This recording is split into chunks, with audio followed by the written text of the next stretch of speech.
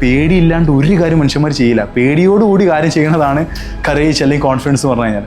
എങ്ങനെ കോൺഫിഡൻസ് ഉണ്ടാക്കുക? 4 ആൾ മുന്നിൽ സംസാരിക്കാൻ കോൺഫിഡൻസ് വേണം. ഓനത് ചെയ്യുന്നുണ്ട്, ഓനക്ക് നല്ല കോൺഫിഡൻസ് ഉണ്ട്, എനിക്കതില്ല എന്നൊക്കെ പറഞ്ഞൊരു ടോക്ക് ഉണ്ടാവുന്നുണ്ട്. സത്യം പറഞ്ഞാൽ കോൺഫിഡൻസ് എന്താണെന്നുള്ളത് ജസ്റ്റ് റിസർച്ച് ചെയ്താൽ തീരാവുന്ന പ്രശ്നമേ ഉള്ളൂ. സക്സസ്ഫുൾ ആയിട്ടുള്ള എക്സ്പീരിയൻസസ് ലൈഫിൽ നടക്കുമ്പോൾ നമ്മൾ മൈൻഡിൽ ഇൻഡ്യൂസ് ചെയ്യുന്ന ഒരു ഡോപ്പമിൻ സ്റ്റേറ്റ്, അതാണ് കോൺഫിഡൻസ്. അതിന് സക്സസ്ഫുൾ എക്സ്പീരിയൻസസ് ഉണ്ടാവണ്ടേ? നമ്മളൊരു കാര്യം ചെയ്യണമല്ലോ, ചെയ്ത് കഴിഞ്ഞതിൻ്റെ ആക്ഷൻ ചെയ്തതിന് ശേഷമാണ് കോൺഫിഡൻസ് പറഞ്ഞ സ്റ്റേജ് വരുന്നത്. അതല്ലാണ്ട് നാല് പേര് നമ്മളോട് വന്നിട്ട് എടാ ഈ അടിപൊളിയാണ്, ഈ സെറ്റാട്ടോ ചെയ്യുമെന്ന് പറഞ്ഞാൽ നമുക്ക് ഒരിക്കലും കോൺഫിഡൻസ് വരില്ല. അങ്ങനെ ഒരു കോൺഫിഡൻസ് വരുമെന്ന് വിചാരിക്കുകയാണെങ്കിൽ ഒരു കാര്യം ചെയ്യില്ല. നമ്മളൊരു കാര്യം ചെയ്യുന്നു, അതിലൊരു ഹാപ്പിനെസ് സ്റ്റേറ്റ് എത്തുന്നു, ഡോപ്പമിൻ കൊണ്ട് നമ്മളെ ബ്രെയിൻ നമ്മളോട് പറയും ഓക്കെ ഇങ്ങനത്തെ കാര്യങ്ങൾ ഇനിയും ചെയ്യുക, ഇതിനേക്കാളും ബെറ്റർ നിനക്ക് ചെയ്യാൻ പറ്റും. ഈ സ്റ്റേറ്റാണ് കോൺഫിഡൻസ്.